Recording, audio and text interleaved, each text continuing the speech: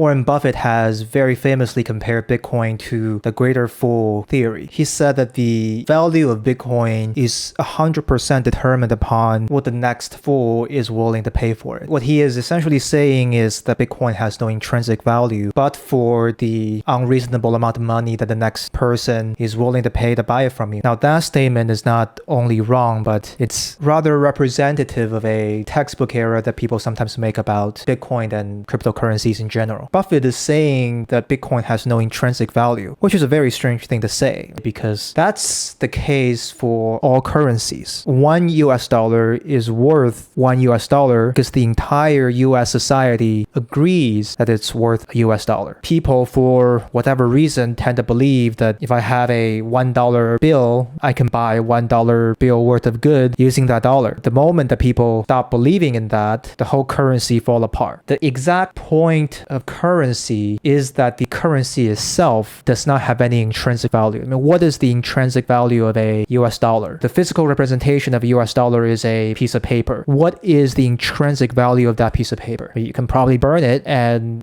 generate some warmth from the fire, I suppose. So that's the extent of the utility of that actual piece of paper. The intrinsic value of the US dollar is nothing, but for the fact that the entire society believes that this $1 is worth $1. Greater fool theory applies to all currencies everywhere. It just so happens that the conventional currencies are backed by a central government and people tend to have some belief in that government, and that's what's making this currency valuable. The degree of trust people have towards the government is proportional to the degree of trust that the people have towards the currency that the government is backing. So the problem of trust is the central problem of all traditional currencies. If you've been paying attention to the news lately, you know that people don't trust the government that much these days. So the stability of conventional currencies is decreasing as trusts decrease. The problem is that the government is consisted of people, and we are people. I'm a person. I know how unreliable I am. That seems to be the only reliable trait that I have. To use conventional currencies, I'm basically trusting other creatures just like me, and everyone everywhere in this country have to trust them in order for this currency to be usable. That does not seem very stable. Bitcoin, on the other hand, is not just digital money. It is a piece of technology, a result of some pretty remarkable software engineering that effectively solved a lot of the problem. If you want to assess what is the intrinsic value of anything, you tend to assess what problems these things solve. For instance, the intrinsic value of food is the fact that it solves the problem of hunger and nutrition and perhaps enjoyment. The day that food no longer solves the problem of hunger is the day that food loses its intrinsic value. So if we were to measure the intrinsic value of anything by the problems that it solves, then we need to look at what problems Bitcoin and other cryptocurrencies solve. And they do solve some pretty hard problems, and we're going to get into it. The first problem that Bitcoin solves is the problem of trust and centralization. The conventional currency have this issue where it has to be run by a centralized organization, almost always a government. You have to trust the government to manage the currency correctly. And that's not the end of the story. You then need banks to manage the money. And when I deposit my cash into a bank, I need to trust that the bank won't just take the money and run away. I need to trust that the bank employees won't make a lot of human errors. I need to trust that the bank system will maintain the information about the money correctly. And if anyone wants to attack the money system, they just attack the central location where the money is stored. That is the bank. The bank is trying to solve the problem of storing information about the money and protecting the money, along with many other financial institutions, all of which are centralized. Bitcoin's blockchain technology just solves that problem. You don't need another bank to manage Bitcoin. Bitcoin itself, just in its own code, solves the problem of storage and centralization and trust. I don't need to trust anyone to use Bitcoin because of its decentralized nature. All of its data is decentralized. It's not stored in a central location. There's no central location for anyone to attack because all of its information is stored in a way that's spread out in every node across all the nodes on the blockchain. If somebody wants to attack Bitcoin, that person has to attack all the nodes across the entire blockchain, and it's just more expensive to do that than any reward you will get out of that attack. And this decentralized ledger is storing information about the money, which is the job of what banks usually do. If we look at that, the international banking industry is a $1 trillion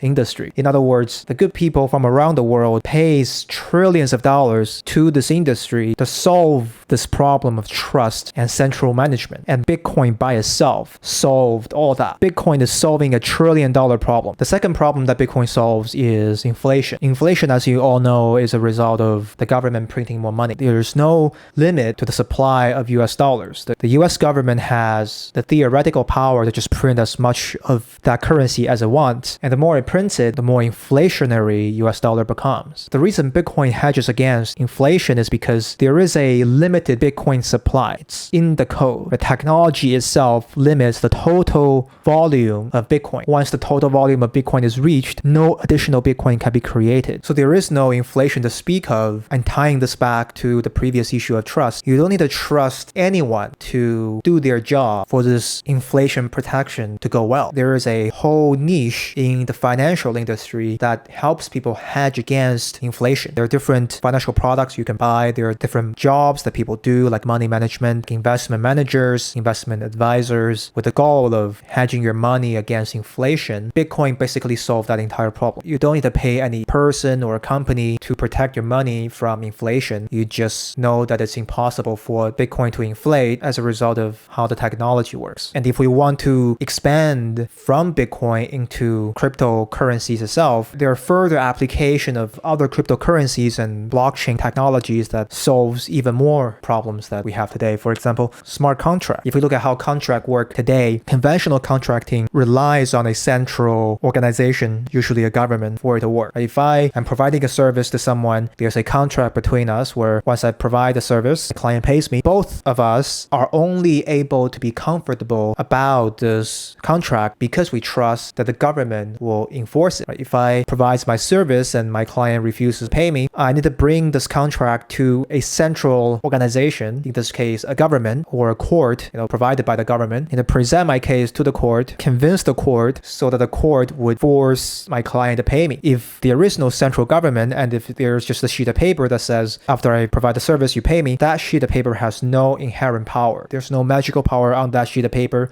that would force the client to pay me if the client refuses. So the conventional contracting relies, again, on a centralized government, and it relies on the fact that I trust the centralized government. And it also relies on some degree of trust between me and the client. I kind of have to trust the client has a good reputation and it is someone who probably pay me if I provide the service. And that's usually because the legal fees and the procedural costs that comes from asking government for help is expensive. So I'd rather not do it if possible. What crypto and blockchain technology enables in the case of smart contract is that it decentralizes this entire process around contracting and it removes trust out of the equation. I don't need to trust any centralized party. I don't even need to trust my client. I just need to read the code that's embedded in that smart contract and understand how it works. The code is as written. It will execute when certain conditions are met. I don't need to trust that the code will work. I just need to understand that the code will work. So in that example, if I want to go with the route of smart contract, once I've satisfied my end of the contract automatically executes and gives me the money that the client has paid for. There's no central organization that reinforces this procedure. The code just runs. There's no trust needed between me and the client because the code just runs. It decentralizes the process and takes trust out of the equation. Now, there is a whole legal industry of lawyers helping businesses and peoples with their contract, and when their contract go wrong, they help them sue each other. I don't know how much money is in that industry, maybe billions of dollars, if not trillion, if we're talking about globally. And cryptocurrencies and blockchain technologies solve that problem. So again, when Warren Buffett says that cryptocurrencies do not have intrinsic value and it's only worth as much as what the next fool is willing to pay for it, well, in less than 10 minutes, I can at least tell you a couple of very difficult problems that several billions and trillion-dollar industries are trying to solve right now. Bitcoin as a technology product is solving billions and trillion-dollar problems. I don't know exactly what the intrinsic value of Bitcoin should be, but to say it has zero intrinsic value is absolutely wrong.